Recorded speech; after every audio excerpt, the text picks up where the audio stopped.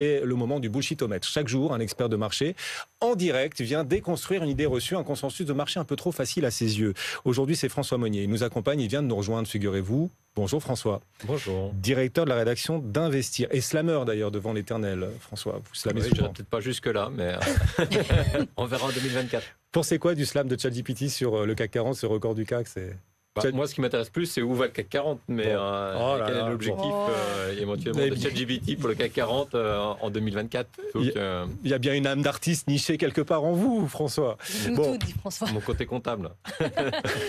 On va parler justement de ce potentiel des... Non, vous êtes dans le dur, vous êtes dans le vrai, quoi. Vous êtes, les mathématiques sont têtues et à la fin, les chiffres gagnent toujours. C'est l'idée. Et on essaie de les décrypter pour vous à travers le bullshitomètre. On combat aussi les idées de marché un peu trop faciles.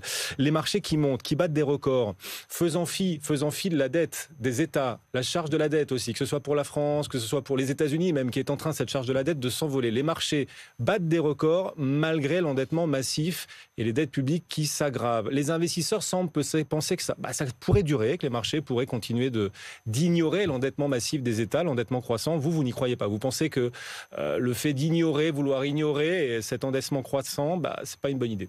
Absolument, je pense que c'est même bullshit. Alors c'est vrai que la dette, c'est pas un sujet sexy. Il faut mieux parler d'IA ou de traitement contre le diabète. Ça fait rêver les investisseurs. Et ils ont raison aussi de profiter de cet engouement. Mais il faut quand même garder les pieds sur terre et se dire qu'on se moque de la dette, qu'on ne regarde pas les niveaux de dette. Je pense que ça peut être dangereux. Et je pense que 2024 va être probablement un tournant. D'abord, il faut voir pourquoi on oublie la dette. D'abord, parce que c'est vrai que c'est un sujet qui n'est pas spécialement sexy, mais surtout la bourse se focalise généralement que sur un seul thème, un seul sujet, quasiment par année. Parce que la bourse a ce talent de hiérarchiser l'information et de se dire quel était le véritable sujet en 2023 ? Eh bien sûr, c'est l'inflation. On s'est tous focalisés sur l'inflation. Est-ce que l'inflation va être maîtrisée ? Et autour de l'inflation, on a bâti tout un scénario, la réaction des banques centrales, quelles sont les entreprises qui ont du pricing power, etc. Et c'était le sujet majeur qui a écrasé tous les autres sujets au cours de l'exercice 2023. Là, on voit que l'inflation est en passe d'être maîtrisée. Et cette inflation, finalement, elle a quand même du bon. Parce que quand vous avez de l'inflation et un peu de croissance, vous avez des PIB qui sont gonflés. Et les investisseurs, ce qu'ils regardent, ce n'est pas tant le niveau massif de dette qui croît. Il faut voir qu'en France, en mars, on a franchi les 3 000 milliards d'euros de dette. Mais quand on rapporte la dette au PIB, eh bien le ratio, il a reflué. En 2021, on avait 118%. Maintenant, on est à 112%. Parce que le PIB, il est grossi par l'inflation. L'inflation provoque aussi une inflation des actifs. Et donc, l'inflation, elle est bonne lorsqu'on parle de négociation de la dette parce qu'il y a un rapport dette sur PIB. Et c'est ça qui intéresse les investisseurs, c'est ce rapport. C'est vrai que le particulier, les ménages, eux, sont focalisés plutôt sur le montant. 3 000 milliards, parce que ça parle. Un ratio, ça parle très peu. Ça intéresse les comptables, on revient aux comptables, ou les financiers. Mais pour les investisseurs... Tous les chemins mènent au comptable. Tous les chemins mènent au comptable, et la comptabilité peut mener à tout aussi. Et donc, finalement, on a quand même un sujet où, certes, le ratio, il est devenu plus acceptable, mais il y a quand même deux corollaires. C'est on a quand même des frais financiers, une charge de la dette qui coûte beaucoup plus cher. La dette, la charge de la dette en 2023, c'est à peu près 53 milliards. C'est plus 50% par rapport à il y a 3 ans. Ça, c'est le premier élément. Le deuxième élément, on le sait, la France va lever énormément de dettes l'an prochain, en 2024. 2024, on va lever quasiment 285 milliards d'euros de dettes, près de 300 milliards. Pourquoi ? Parce qu'on est toujours en déficit. Donc, il faut financer les déficits. Et puis, il y a une dette qu'il faut rouler. Exactement, il faut rembourser la dette ancienne qui était faite par des taux extrêmement faibles, par des taux plus élevés. Juste 2 chiffres. Il y a 2 ans, le taux de la dette à 10 ans en France, c'était 0%. Là, on frôle les 3%. Et donc, mécaniquement, on va avoir des charges financières qui vont être de plus en plus lourdes. Ça va devenir le premier poste budgétaire de l'État, malheureusement. Tout le monde sait déjà, néanmoins, quel coût aura la charge de la dette. C'est déjà dans le marché. Enfin, quand vous dites le marché a tort de vouloir ignorer et de penser qu'il va continuer pouvoir s'offrir le luxe d'ignorer encore longtemps l'endettement massif des États, j'ai envie de vous dire, c'est pas qu'il se trompe le marché, c'est qu'il est déjà au courant, il a déjà l'info, donc elle est déjà dans les cours de marché, non ? Oui, sauf que ce qui va changer en 2024, c'est qu'il y aura moins d'inflation. Donc le PIB, il va moins grossir que prévu. Et donc, le fait qu'il n'y ait plus d'inflation, eh bien, nos fameux ratios endettement sur PIB, rapportés au PIB, divisés par le PIB, eh bien, ils vont se dégrader. Et ça va commencer à faire grincer des dents. Et il y a des investisseurs qui vont peut-être être un peu plus exigeants en disant là, il me faut vraiment des taux plus élevés parce que je commence à percevoir un risque. On a vu que on a quand même fait beaucoup de battage médiatique autour de la décision de S&P. S&P a maintenu la note de l'État français, mais toujours avec une perspective négative.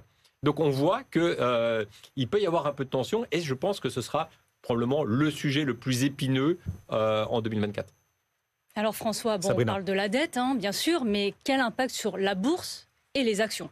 Les impacts vont être multiples. D'abord, le premier impact, c'est ça va contraindre les entreprises à lever des capitaux plutôt rapidement. Donc on va avoir des entreprises qui vont être davantage sous pression. On a parlé d'Alstom. Là, Alstom est engagé dans une course contre la montre pour lever des capitaux et réduire sa dette qui dépasse les 3 milliards. Donc il y aura probablement dans les semaines à venir une augmentation de capital. Donc les entreprises qui ont des bilans fragiles, eh bien là, il va falloir se dépêcher parce que boursièrement, il va y avoir une pression baissière qui va être très importante. Les hedge funds vont venir sur ces titres-là pour les faire baisser. Donc ça, c'est le premier point. Deuxième point, on va avoir une pression baissière sur les marges. Les marges des entreprises, eh bien, lorsque vous avez un coût de la dette qui augmente, vous avez plus de frais financiers, donc votre rentabilité, mécaniquement, elle baisse. Sauf si vous parvenez à améliorer fortement vos volumes ou vos prix. Mais on sait qu'en 2024, ça va être difficile de pousser encore les volumes et les prix, d'autant qu'on a vu que les volumes, ça commençait à freiner lors de la publication des comptes à 9 mois. Donc au niveau des volumes, ça va être difficile. Et au niveau des prix, eh bien, on voit que maintenant, les passages de prix, le plus facile a quasiment été fait, même si ça a été remarquable au cours de l'exercice 2023. En 2024, le pricing power va être un peu plus tendu. Donc attention sur les marges. Donc il y a un sujet sur les marges, il y a un sujet sur les augmentations de capital. Et puis on va avoir un réarbitrage entre le private equity et les introductions en bourse. Les private equity pouvaient acheter des actifs avec des taux extrêmement faibles. Là, ça va devenir un peu plus tendu. Et donc, on peut imaginer il faut voir que l'exercice 2023, c'est un exercice atypique. On a rarement vu, en tout cas, moi, j'ai jamais vu ça, une bourse bonne sans introduction en bourse. Généralement, il n'y a pas d'introduction en bourse quand il y a un krach boursier ou quand il y a des fortes craintes. Là, on a eu quand même une excellente année boursière sans introduction en bourse. Donc, une situation totalement atypique. Et je pense qu'on va aller vers des corrections avec à nouveau un flux d'entreprises qui vont rentrer en bourse. Une intro qui est en cours. Là, il y a une introduction. Oui. Voilà, sur le semestre, c'est et encore, inédit. c'est pas une star, c'est gros, etc. Et donc, on voit qu'il y a quand même un vrai sujet où Euronext n'arrive plus à faire entrer de nouvelles valeurs, à raconter de nouvelles histoires. Et inversement, il y a plutôt des retraits de la cote que des entrées. Mais vous pensez qu'on n'aura pas de retour des introductions en bourse sans correction forte du marché ?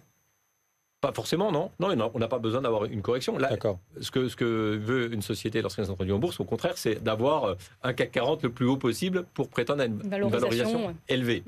Souvent, on a eu peut-être même des valorisations exagérées au moment des introductions en bourse, ce qui fait que après, l'histoire boursière à raconter, elle est difficile parce qu'on a eu beaucoup de sociétés qui ont été introduites en bourse et finalement, on a eu des baisses après de 20 ou 30%. Plus. Mais les boîtes pourraient se dire aujourd'hui, le CAC 40 est sur des records, des plus hauts absolus, c'est peut-être pas le moment de venir m'introduire quand le marché est au plus haut, puisque c'est par définition, s'il est au plus haut, il risque de baisser ensuite. C'est peut-être ça le calcul des entreprises. Oui, donc peut-être qu'elles vont attendre une correction pour se réintéresser à la bourse. Vous avez aussi une pression amicale des banquiers d'affaires qui veulent prélever une petite commission sur ces affaires, et plus l'affaire est importante et plus le montant d'argent levé ou la valorisation est élevée, plus la commission est généreuse.